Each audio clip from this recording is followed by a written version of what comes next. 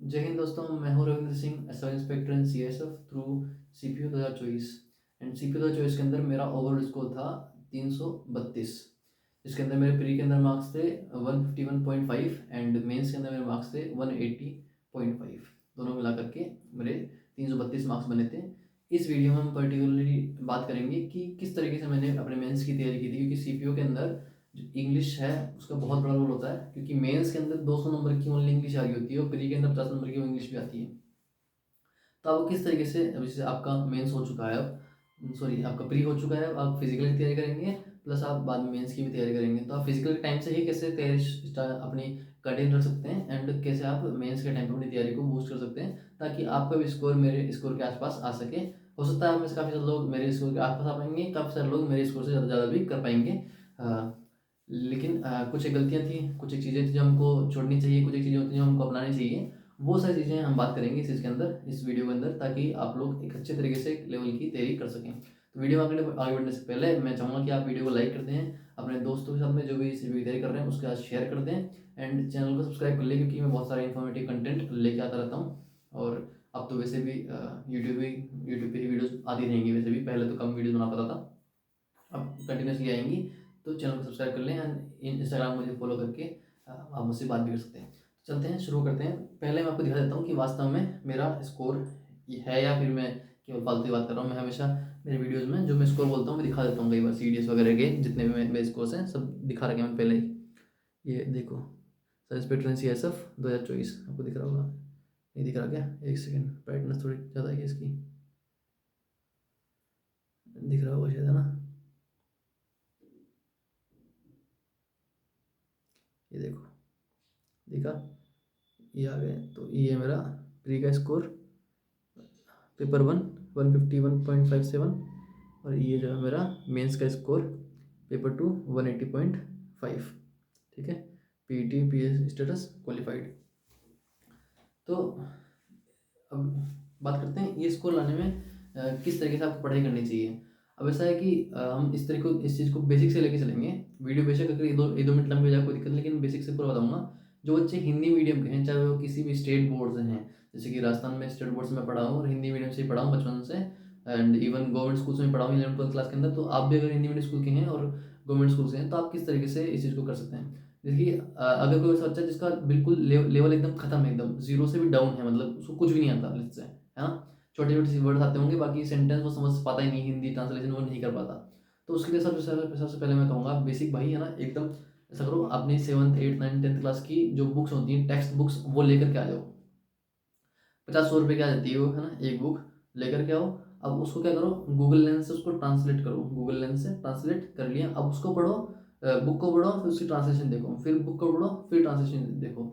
ऐसे देख धीरे धीरे धीरे धीरे, और जो बेसिक बेसिक वर्ड है उनकी आप हिंदी याद करते चलो। जैसे क्लाइंब मतलब चढ़ना होता है ना, जब मतलब कूदना होता है, अलाइट मतलब उतरना होता है, बोर्ड मतलब किसी गाड़ी पर चढ़ना होता है। इस तरीके से आपको सारे सारे वर्ड्स धीरे धीरे याद करने पड़ेंगे, अगर आपको बेसिक लेवल एकदम खत्म है तो भी। ऐसे करते करते करते करते आप जो ये 7th 8th 9th 10th class की जो क्लासेस की जो बुक्स हैं वो आप पढ़ेंगे। इसमें आपके 3 4 5 महीने लग जाएंगे आपको, आप रोज रेगुलर आप 1 से 2 घंटे की रीडिंग देते हो तो। और फिर इसके बाद में जो है आपको आप जब ये करते जाएंगे, आपकी कॉम्प्रिहेंशन मजबूत होती जाएगी, कॉम्प्रिहेंशन आपकी मजबूत होती जाएगी। इसके बाद में जिन लोगों का लेवल थोड़ा ठीक है, जैसे कि जिन लोगों का लेवल ठीक है, जिनको ठीक ठाक समझ में आ जाती है, जो सीबीएसई बोर्ड वाले हैं, दूसरे भाई लोग हैं, तो आप लोग ऐसा कर सकते हैं, एक इंग्लिश माध्यम करके एक टेलीग्राम चैनल है जो मैंने फॉलो किया था, और बहुत सारे लोग उसको फॉलो करते हैं, क्योंकि वहाँ पर फ्री के अंदर आपके द हिंदू के, है ना, एंड जो भी इंग्लिश आपके टाइम्स ऑफ इंडिया वगैरह है, आपके जितने भी न्यूज़पेपर हैं इंग्लिश वाले, उनके एडिटोरियल्स रोज रोज आते रहते हैं, और उसी एडिटोरियल के नीचे वो लोग क्वेश्चंस भी बना के देते हैं पैसेज वाइज, है ना। तो वो एक्चुअली मेनली तो हेल्पफुल होता है बैंकिंग के लोगों के लिए, लेकिन अपने अंदर भी वो काफ़ी ज़्यादा हेल्प उससे होती है। बैंकिंग लेवल के अगर आप इंग्लिश कर लोगे तो आपके लिए ये तो हलवा रहेगी, सीपीयू मेंस की इंग्लिश तो। अब वहाँ से कर सकते हैं, रोज आपको एडिटोरियल्स देखने हैं, एडिटोरियल्स आपको रोज पढ़ने हैं। धीरे धीरे धीरे आपकी इंग्लिश और भी एक नेक्स्ट लेवल चली जाएगी। इस बार मेंस के अंदर क्या होगा, आपको 30 30 मिनट का टाइमर भी लगा के देंगे, तो इसका मतलब ये भी हो सकता है कि कल को वो क्या करते हैं, छोटे छोटे क्वेश्चन एक साइड में कर दिए, 30 30 मिनट के सेक्शन है, 50 क्वेश्चन, एक 30 मिनट के सेगमेंट के 50 क्वेश्चन आएंगे। उन्होंने जैसे ग्रामर क्वेश्चन डाल दिए 31 मिनट में, 31 मिनट में उन्होंने सिनोनिम एंटोनिम वगैरह डाल दिए, डिफरेंस वगैरह, तो वो तो आपके जल्दी हो जाएंगे, 30 मिनट लगेंगे नहीं आपको 50 क्वेश्चन करने में उनको। लेकिन अगर वो सारे सारे अगर मानो उन्होंने डाल दिए कि reading comprehension, passage and cloze test, ठीक है, पैसेज एंड क्लोज टेस्ट अगर उन्होंने साथ में डाल दिए, passage, cloze test and para jumble, अगर उन्होंने ये 3 चीज़ अगर एक ही सेगमेंट में दे दी अगर उन्होंने, तो किसी माइक की क्लास से वो सोल्व होगी नहीं 50 मिनट 30 मिनट के अंदर। 50 क्वेश्चन किसी माइक क्लास से सोल्व नहीं होंगे। उसमें वही क्वेश्चन सोल्व कर पाएगा मतलब इसकी रीडिंग कॉम्प्रिहेंशन बहुत मजबूत है। तो ये मैं ऐसा नहीं कर रहा हूँ ऐसा हो ही जाएगा, लेकिन इस चीज़ के चांसेस तो है ना भाई, इस चीज़ के चांसेस तो हैं, क्योंकि 30 मिनट में बांटने का क्या मतलब है? बांटने का यही मतलब है कि इस चीज़ को कर सकते हैं, अपन को लेके चलना है, तो अपन को इस तरीके से अपनी तैयारी करनी है कि अगर ऐसा कर भी देते हैं तो हमारी कॉम्पिटिशन इतनी मजबूत हो कि एटलीस्ट अगर उस पेपर के अंदर अगर बंदे 30 मिनट के अंदर अगर 40 क्वेश्चन कर पा रहे हैं, है ना, अगर मानो टॉपर भी 40 क्वेश्चन कर पा रहे हैं, तो अपन भी कम से कम 40 क्वेश्चन कर पाए, अपन बहुत पीछे ना छूट जाए कि अपन 20 क्वेश्चन नहीं कर पा रहे हैं, टॉपर लोग 40 क्वेश्चन कर दे रहे हैं, तो हम बहुत पीछे छूट जाएंगे ऐसे तो। इसलिए हमको क्या करना है, हमको रीडिंग कॉम्प्रिहेंशन में मजबूत करके चलनी शुरुआत से ही, बहुत काम आती है रीडिंग कॉम्प्रिहेंशन, क्योंकि रीडिंग कॉम्प्रिहेंशन जिसकी मजबूत है वो बंदे का ग्रामर के नियम अगर कहीं पे थोड़े बहुत चूकता भी ना वो, तो उसको पढ़ते से उसको अंदर लग जाएगा कि यार यार इस क्वेश्चन में थोड़ा गड़बड़ लग रही है। उसको पता चलेगा नहीं कि एरर क्या है इसके अंदर नाउन की एरर है या फिर एडजेक्टिव की एरर है या फिर एडवर्ब की एरर है, उस लेकिन उसको लगेगा यार ये थोड़ा मजा नहीं आ रहा पढ़ने के सेंटेंस को। मेरे साथ ऐसा होता था, काफ़ी सारे सेंटेंस ऐसे थे कॉमन एरर वाले, काफ़ी सारी चीज़ें ऐसी थी जो देख के समझ लगता कि यार इसमें कुछ तो गड़बड़ है। कई बार पता चलता नहीं था कि भी गड़बड़ क्या है ना, जैसे को ग्रामर का रूल अपन चूक गए तो हम नहीं याद कर पाते, हमको पता नहीं चल पा रहा, लेकिन हम ये पकड़ लेते गड़बड़ तो इसी सेगमेंट में है, इसके सी में गड़बड़ है, तो वैसे आपकी चीज़ मजबूत हो जाएगी। दूसरी रही बात ग्रामर की, है ना, रीडिंग कॉम्प्रिहेंशन हो गया। रीडिंग कॉम्प्रिहेंशन कैसे करा आप 6, 7, 8, 9, 10 क्लास की क्लासेस की बुक्स पढ़ेंगे जो कमजोर बच्चे हैं, फिर आएंगे द हिंदू के ऊपर, और जो ठीक ठाक बच्चे हैं वो डायरेक्टली द हिंदू के ऊपर भी आ सकते हैं। फिर हम बात करते हैं ग्रामर की। ग्रामर आपको कहाँ से कंप्लीट करनी है? ग्रामर आपने प्री दिया है तो ऑब्वियसली आपने कहीं ना कहीं से तो ग्रामर पढ़ी होगी, है ना, इंग्लिश प्री प्री भी आती है इंग्लिश, तो उसके लिए आपने जिस भी टीचर से पढ़ रखी है एक बार, जैसे मान के चलते हैं आपने पढ़ रखी अच्छी खासी, आपने जिस भी टीचर का कोर्स ले रखा है, चाहे लल्बी रानी मैडम का ले रखा हो, है ना, चाहे आपने रेंकर गुरुकुल से ले रखा हो, नीतू मैडम का ले रखा हो, जिस भी मैडम का टीचर का आपने टीचर कोर्स ले रखा है वो बेस्ट है, जो भी है वो सब बेस्ट है, सभी अपनी तरफ से पूरा पूरा अपना पूरा झोंक रहे हैं, तो सब अपनी पूरी मेहनत कर रहे हैं, उसने अपना कंटेंट सबसे अच्छा बनाने की कोशिश की है। तो उसी चीज़ को आप रिवाइज करते जाए, रिवाइज करते जाए, रिवाइज करते जाए। ग्रामर के अंदर आपके जो टीचर्स ने पढ़ाए हैं वो नोट्स एकदम सही है, उसमें कोई गड़बड़ नहीं है। नया सोर्स आपको नहीं फॉलो करना है, नया सोर्स आपको फॉलो नहीं करना है, कुछ भी नया एकदम नहीं जानना, जो आपने अभी तक ग्रामर पढ़ रखी है उसको आपको रिवाइज करना है। अगर कुछ टॉपिक ऐसे हैं जो टॉपिक्स आपके सीपीएमएस में आ रहे हैं लेकिन आपके नहीं पढ़े हुए, उनको एक बार पढ़ लो और फिर करते जाओ। और अगर आप कहो कि नहीं भाई हम तो अभी तक मैं तो कोई कोर्स खरीदा नहीं, ऐसे ही मैंने कर ली फ्री के टाइम पे, तो अगर बुक पढ़ना चाहता हूँ अब, तो एक बुक पढ़ने के लिए नीतू सिंह मैम की बुक है जो सारे लोग पढ़ते हैं उसको, हालांकि मैंने नहीं पढ़ी थी लेकिन काफ़ी सारे लोग उसको प्रेफर करते हैं, मेरे दोस्त लोग भी उसी से पढ़ाई करते थे, तो आप लोग उसको कर सकते हैं। क्योंकि मेरे पास तो एक्चुअल में बुक थी ये वाली जो कि बहुत भारी पड़ती है एक्चुअल में, तो इसकी मैं आपको कहूँगा, जैसे ये लूसेंट की इंग्लिश है ना, लूसेंट की इंग्लिश, क्योंकि लूसेंट को जनरली लोग बाग प्रेफर करते हैं कि अब जीके के अंदर, जैसे लूसेंट की जो जीके वाली बुक है ना वो ग्रंथ है ना, वैसे लूसेंट की इंग्लिश वाली भी ग्रंथ है। ये मैं इसलिए पढ़ता था क्योंकि मेरा जब मैं 12th क्लास पास की तो मैं पढ़ाने लगा था बच्चों को, तो पहले मैं उनकी क्या करता था, इस बुक से मैं खुद पढ़ता था इस बुक से, ताकि मुझे अच्छे से नॉलेज हो जाए ग्रामर की सारी सारी, और फिर मैं पढ़ता था उनकी 9th 10th क्लास की जो पास बुक्स थी उनके पीछे की जो ग्रामर थी वो देख करके, फिर उस हिसाब से उनके लेवल के हिसाब से उसको चेंज करके चीज़ों को मैं पढ़ा दिया करता था थोड़ा बहुत कमाने के लिए।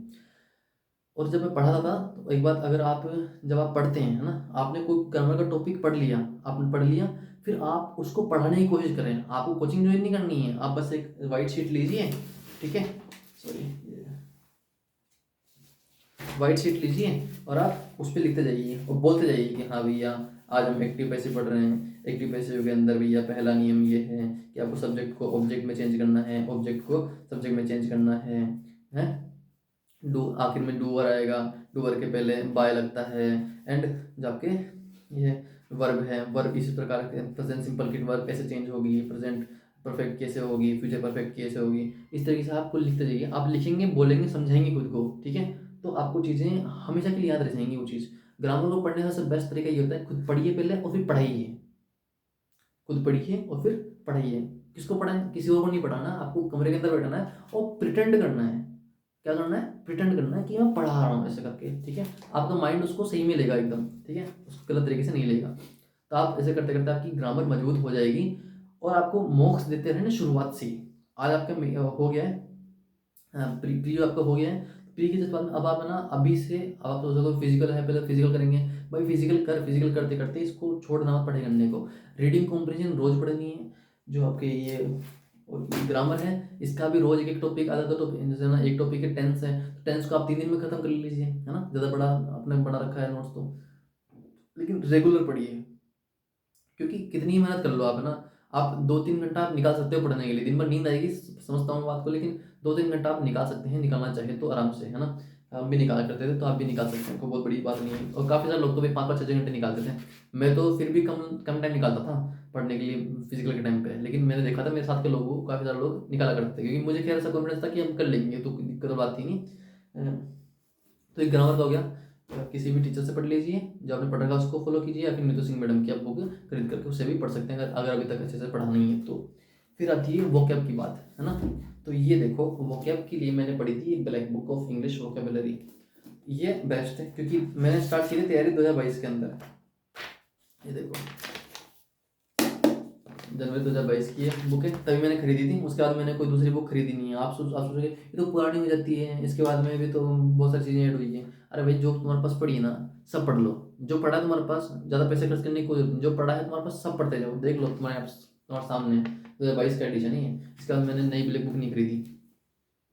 इसमें आपके सिनोनिम, एंटोनिम, इडियम फ्रेजेस, होमोनियम वगैरह आपके इसके अंदर सारे कवर हो जाएंगे। इसके बाहर से आपको कुछ पढ़ने की जरूरत नहीं है।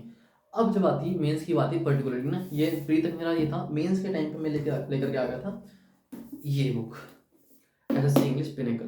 तो इस किरण की भी आती है, आप किरण की भी ले सकते हैं कोई, या फिर अगर किसी दूसरी पब्लिकेशन की है तो आप दूसरी भी ले सकते हैं। मैंने पिनेकल की ली थी, है ना, क्योंकि अभी नई नई आई थी मार्केट के अंदर, नई सही सही चलती भी थी, दोस्तों के पास भी थी, तो मैंने ये ली थी। ये 6th एडिशन था।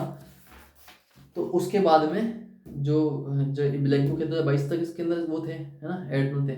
उसके थोड़ा सा पहले के और उसके बाद तक के पेपर्स हैं वो इसके अंदर आ गए थे, मेरे इसके अंदर कवर हो गए थे। इसके अंदर 2019 से लेकर के 2024 के अंदर जनवरी तक के इसके जो थे वो कवर थे, सारे टॉपिक्स इसके अंदर। तो वहाँ के लिए मैंने इसको पढ़ा, इसको 4-5 बार पढ़ दिया होगा मैंने, 4-5 बार तो पढ़ ही गया था मैंने इसको। और इस ब्लैक बुक है इसको 10-15 बार पढ़ दिया था। तो ये जो है इसके अंदर आप पढ़ते जाना। और जब ये पूरी थी 2024 की जनवरी तक का एडिशन था ये वाला 6th एडिशन। इसके बाद अब तक तो खैर नहीं आ भी गई होगी। अगर नहीं आ चुकी तो आप नहीं खरीद सकते हैं। लेकिन आप कहेंगे आप जनवरी, भाई हमारा जो मेंस था, हमारा मेंस तो हुआ था मार्च के अंदर, मार्च 2025 के अंदर मेंस हुआ था हमारा। अब उसके बाद वाले क्या, उसके बाद के लिए मैं लेके आया था ऐसे ये नोट्स लेके आया था black book of English vocabulary के जो है ये नोट्स। सर कहाँ से लेके आए? तो ये नोट्स जो है मैंने लिए थे क्यू मैथ्स करके टेलीग्राम चैनल है, जो कि ब्लैक बुक के ओनर का है। जो ब्लैक बुक वाला है वही उस पर क्या करता है वो, जब भी वो होती है क्या कहते हैं कोई एग्जाम हुआ है, जैसे अभी सीजीएल का हो गया, है ना, सीजीएल प्री हो गया, अभी जो सिलेक्शन पोस्ट के एग्जाम हुए थे उसके, है ना, स्टेनोग्राफर के एग्जाम हुए थे, उन सब के वो जो भी वोकेब होती है वो सारी वोकेब एक पीडीएफ बना करके वो उसके ऊपर डाल देता है। आपको क्या करना है, उस पीडीएफ को डाउनलोड करना है और ऐसा प्रिंट निकलवा लेना है। ऐसा प्रिंट निकलवा लोगे तो फिर आपको उस प्रिंट से अभी तो आपको दिख तो रहा है कि केवल ये एक है। ये मैंने से 3-4 महीने निकलवा लेते हैं, और सारे जो 2023 से लेकर के 2023 जनवरी से लेकर के दिसंबर 2025 के दिसंबर और जनवरी 2025 के आसपास, हुई है ना, जनवरी 2025 के आसपास तक जितने पेपर होते हैं सबके मैंने निकलवा लिए थे, रिसेंट के सारे पेपर। और फिर उनको मैं पढ़ता गया था। और इसमें आप मार्क करते जाइए, और मार्क करते जाना हमेशा ना, जो चीज़ आपको थोड़ी सी मुश्किल लग रही है पढ़ने में, याद करने में, उसको जरूर मार्क करना, क्योंकि जो मार्क है उसको मैक्सिमम आपको रिवीजन देना है। कुछ चीज़ें होंगी आप पढ़ते जाएंगे कि यार ये तो याद हो गई, ये तो याद हो गई, आप तो दोबारा आएंगे आपको ऐसा फील होगा कि हाँ ये तो मुझे याद है, उन पर मार्क करने की कोई जरूरत नहीं। लेकिन ऐसा कि आपने 4 दिन पहले कोई चीज़ पढ़ी है, आप उस पर दोबारा रिविजन दे रहे हो, तो आपको लग रहा है कि यार ये तो एकदम नहीं है ना, उन चीज़ों को मार्क कर लीजिए, उनको बार बार। जब भी आप फ्री बैठे हो, जैसे आप कहीं आपको मन नहीं कुछ पढ़ने का, फ्री बैठे हो, तो मैं क्या करता था कि ना खोल लिया पेपर, खोल लिया। अब इसमें क्या देखा, अब पूरे पेपर को मैं नहीं पढ़ता था उस समय। अब मेरा मन नहीं है पढ़ने का बिल्कुल, अभी जैसे मैं एकदम फ्री बैठा हूँ, मन पढ़ने का मन नहीं है, फिर वो क्या देख लिया कि यार मैंने ये कर रखा है, यहाँ पे डबल सा कर रखा है, अच्छा हरेसमेंट की स्पेलिंग दे रखी है, हाँ HARASSMENT, ठीक है, HARASSMENT, उसको 3-3 बार 4-4 बार रिकॉल करते जाइए। तो इस तरीके से आपकी जो वोकैब है वो भी आपकी कंप्लीट वोकैब हो जाएगी तैयार। अब लेकिन मॉक्स की बात आती है ना, तो मॉक्स आप शुरुआत से ही देते रहना। जब आपका अभी प्री हो चुका है, अभी से आप मॉक देना स्टार्ट कर दो, भले वीकली दो, लेकिन मॉक देना स्टार्ट कर दो। मॉक खत्म नहीं होंगे, अब सोच रहे हो कि मॉक खत्म हो जाएंगे, मॉक खत्म नहीं होंगे, सभी के पड़े रहते हैं मॉक्स। और अगर आप चाहते हो कि मैं मेरा मॉक्स का स्कोर दिखाऊं कि कहीं तुक्के से तो वहाँ नहीं आ गए मेरे पेपर के अंदर, तो मैं मॉक्स का स्कोर भी, अगर आप चाहते हो, अगर आप लोग कमेंट करते हो तो मैं नेक्स्ट वीडियोस के अंदर मेरे मॉक का स्कोर की वीडियो रिकॉर्ड करके वो भी डाल दूंगा, ताकि आपको देखने को मिल जाए कि हाँ यहाँ पे भी मेरा ठीक ठाक स्कोर आता था या नहीं आता था। तो रही बात इतनी, और इस बात के बाद में मैं आपको कहना चाहूँगा कि देखो वीडियोस बनाने में, और अभी आपने देखा हो थंबनेल वगैरह बनाने में, इसमें बहुत मेहनत लगती है। तो मैं चाहूँगा कि अगर आपको इससे बिल्कुल भी अगर हेल्प मिली है इस वीडियो से, तो आप चैनल को सब्सक्राइब कर सकते हैं, वीडियो को लाइक कर सकते हैं। और अगर आपको कोई पर्सनल क्वेश्चन है, आपको मुझसे बात करनी है, तो मैं आपसे ज़रूर बात करूँगा। कोई भी क्वेश्चन है आपका जवाब ज़रूर दूंगा, चाहे वो CPU से रिलेटेड हो या फिर और भी किसी चीज़ से रिलेटेड हो। आप मुझे इंस्टाग्राम में मुझे फॉलो करके मुझे DM कर दीजिए, एंड मैं आपके क्वेश्चंस का ज़रूर ज़रूर जवाब दूंगा। और कुछ बाकी तो नहीं रह रहा। मॉक्स हो गए, पूरा रिवीजन हो गया। हम्म, बस मॉक्स रेगुलर देते रहना भाई, जितने ज़्यादा मॉक्स दोगे उतनी ज़्यादा आपकी एक्यूरेसी बढ़ेगी। बस आज की वीडियो में इतना ही, मिलते हैं फिर किसी नेक्स्ट वीडियो के अंदर। चलते हैं भैया आज के लिए।